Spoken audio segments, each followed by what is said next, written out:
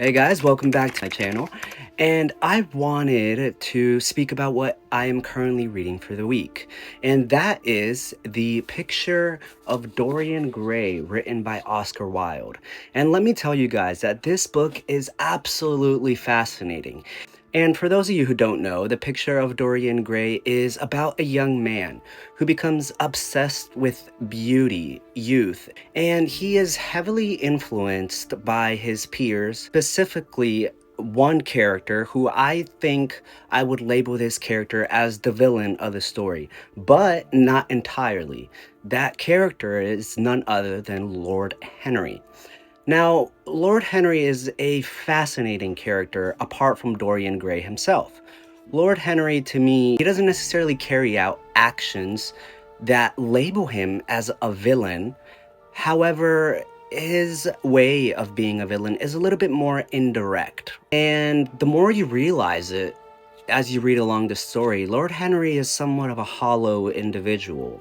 He treats people as experiences rather than human. So there's this character named Basil, and he paints a canvas of Dorian Gray.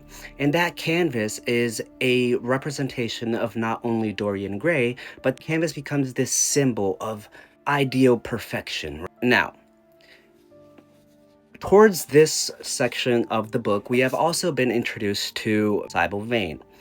And she is a very young, beautiful actress who Dorian Gray develops some sort of emotion towards her. However, Dorian doesn't necessarily fall in love with Sybil, right? So he falls in love with the various different types of characters and archetypes that Sybil Vane kind of takes upon on the stage. Now, Oscar Wilde's writing is very, very beautiful in my opinion. However, it can also be a little bit misleading.